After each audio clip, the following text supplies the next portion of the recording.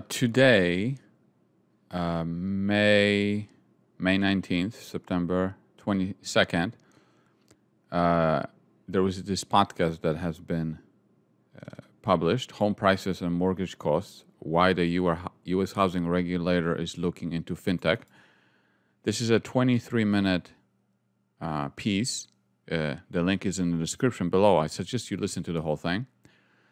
And this is an interview with Jason Cave, Deputy Director of the FHFA, which stands for Federal Housing Finance Agency.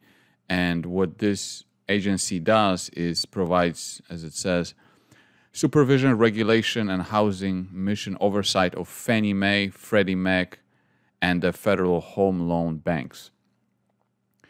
And so I'm going to go through a few things, and we're going to listen together, and then I'm going to just kind of react.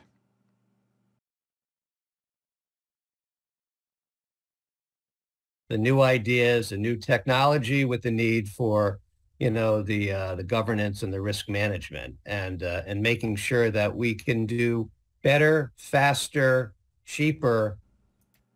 So did you hear this?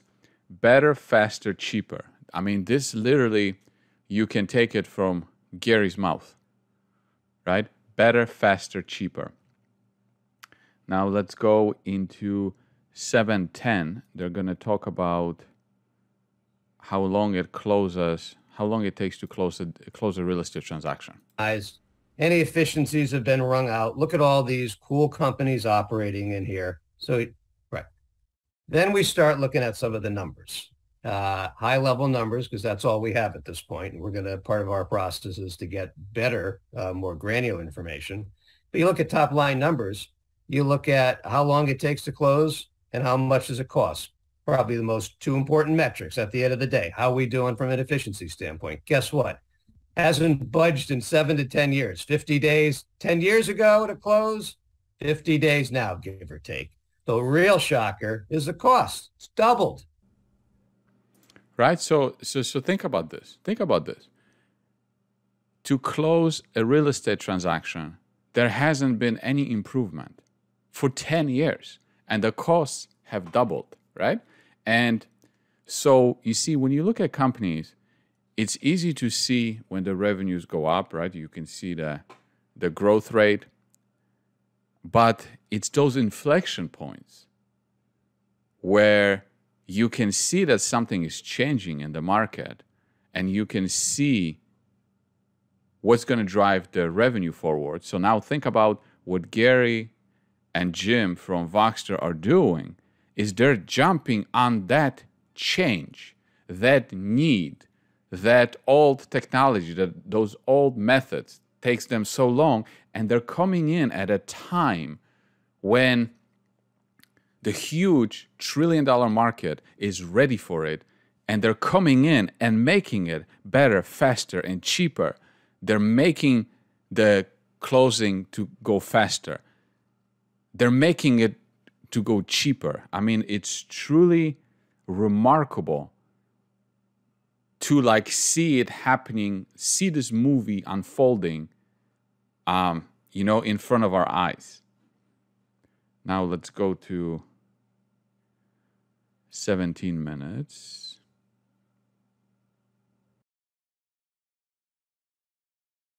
When you look at the cost, you look at this process, you say, yeah, got it. But this is a real issue. This is a real issue. This is an access issue. We're going into a time in the mortgage market where, it's not like a rate refi where it's like, yeah, it's expensive, but in 2 years, I'll pay it off because I'm getting a great rate. Those days are gone. So those costs those are born. So anyway. So do you see how when Jim was talking about that this is actually a good market for players to adopt their technologies?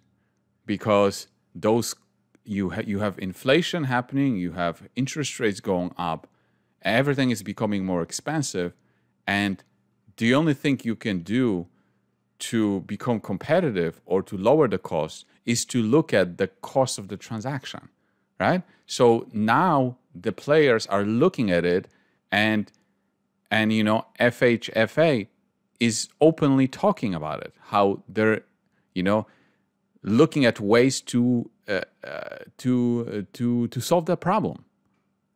So that is really, really interesting and highlights what an interesting time it is to be thinking about financial technology, especially for the FHFA. Right now, inflation is still going up. You're still seeing home prices going up in some parts of the country, at least. Maybe not as quickly as before, but certainly home prices are still elevated.